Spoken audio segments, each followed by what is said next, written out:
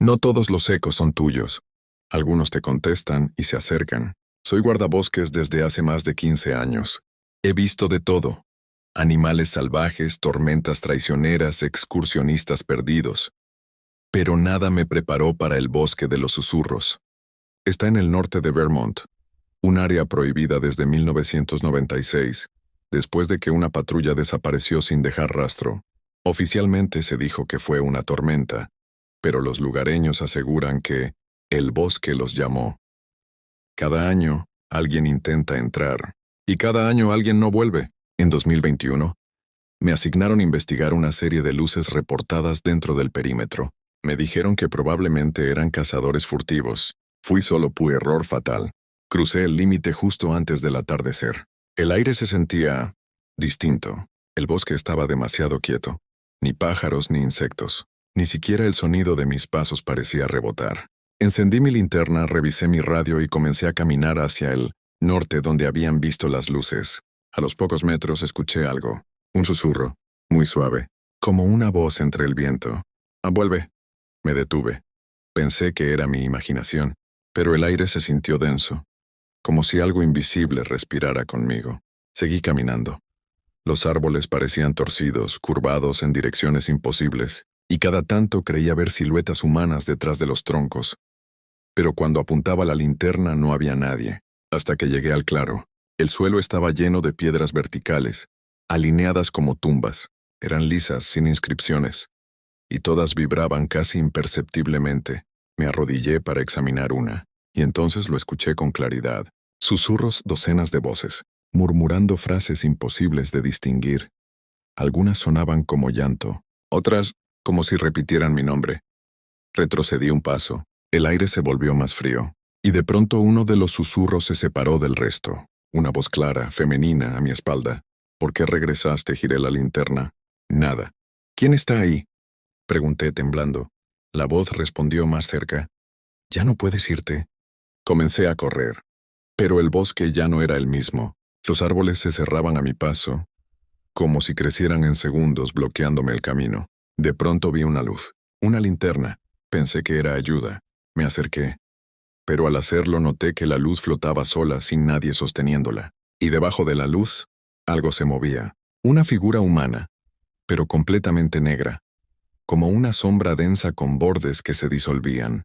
De su pecho salía el mismo murmullo del bosque, miles de voces hablando a la vez.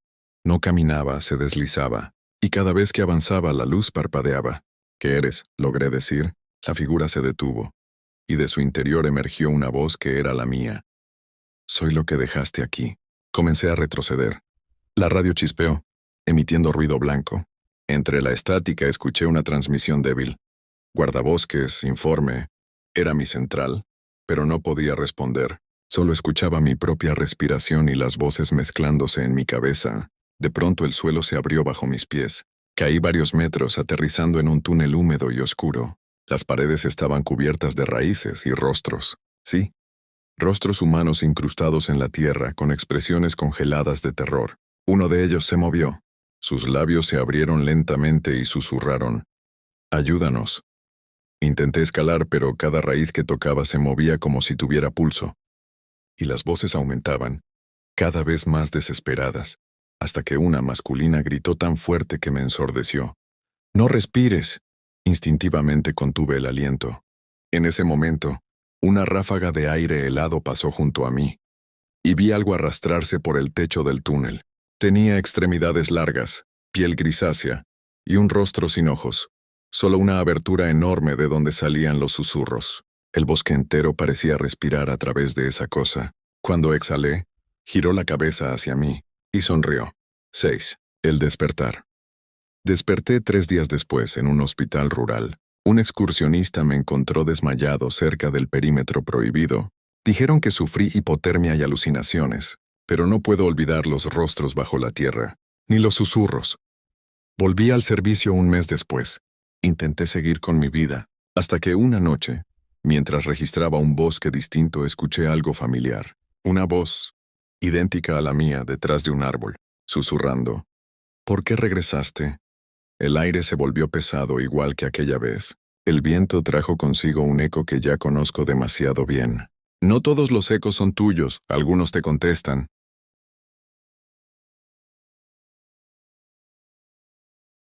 Dicen que hay cosas que solo cazan en invierno, y que si escuchas tu nombre en la voz de alguien que ya murió, no respondas, porque no es él, es eso. Soy fotógrafo de vida salvaje.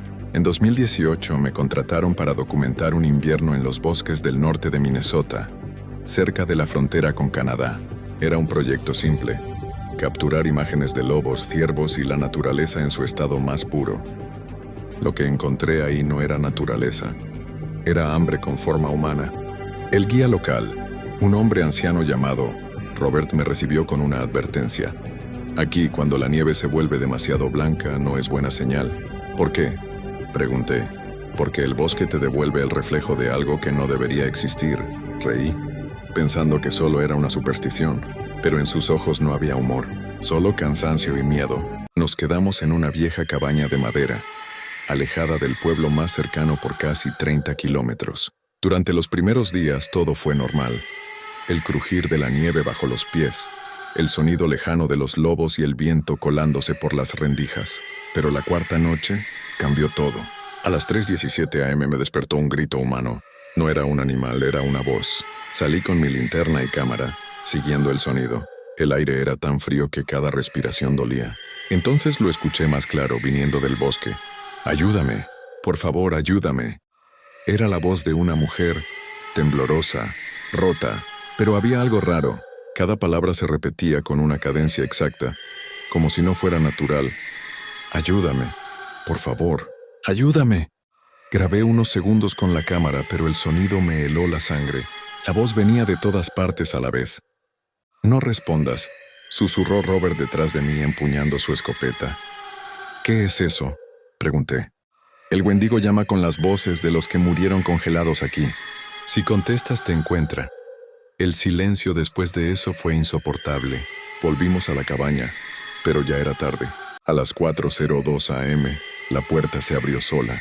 No se rompió, no crujió, solo se abrió. El viento no era suficiente para eso. Robert apuntó su escopeta al vacío. Yo encendí la linterna y lo vi. Una figura entre los árboles, altísima, delgada, hasta lo imposible. Su piel parecía piel humana estirada sobre huesos de animal. Sus ojos hundidos brillaban con un tono amarillento, reflejando la luz como los de un ciervo. Y su boca, esa sonrisa era tan ancha que parecía haber sido cortada con cuchillos. No caminaba, se deslizaba, y a cada movimiento sonaba como ramas quebrándose por dentro de su cuerpo. Robert disparó. El eco se perdió entre los árboles, pero no cayó.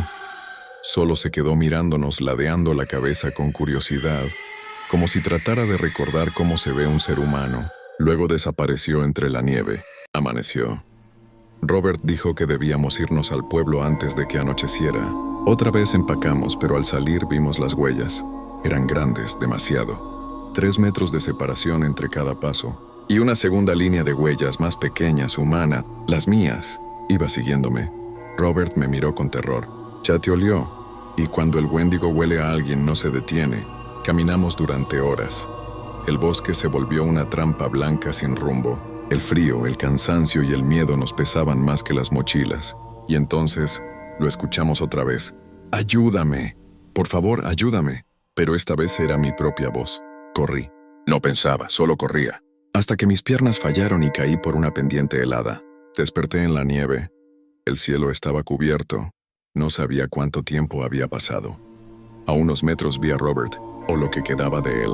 Su cuerpo estaba retorcido, como si lo hubieran doblado desde dentro. Su rostro congelado en una expresión de terror absoluto. El bosque estaba en silencio, solo el viento. Hasta que lo escuché. Un susurro, tan cerca que parecía en mi oído. «¿Tienes hambre, verdad?». Giré. Y ahí estaba, el Wendigo. Su rostro era una mezcla de humano y ciervo, y su aliento blanco y caliente olía a carne podrida. Extendió una mano larga, con garras como cuchillas. En su palma un trozo de carne congelada. Era humana. «Come», susurró. No recuerdo si grité. Solo recuerdo su sonrisa, esa sonrisa que se abría demasiado. Después todo se volvió negro. Desperté en un hospital de Duluth 3 días después. Me encontraron en el límite del bosque. deshidratado con marcas de congelación y sangre humana en la boca. Me dijeron que no había señales de mi guía, solo huellas gigantes en la nieve, que terminaban repentinamente frente a un árbol quemado. No me cree, nadie me cree, pero sé lo que vi. Y cada invierno, cuando la temperatura baja y el bosque vuelve a cubrirse de blanco, tengo pesadillas donde escucho mi propia voz llamándome entre los árboles. A veces despierto con la ventana abierta, y en el alféizar hay huellas, demasiado grandes para ser mías, y un susurro débil pero claro: ¿tienes hambre, Nan, verdad?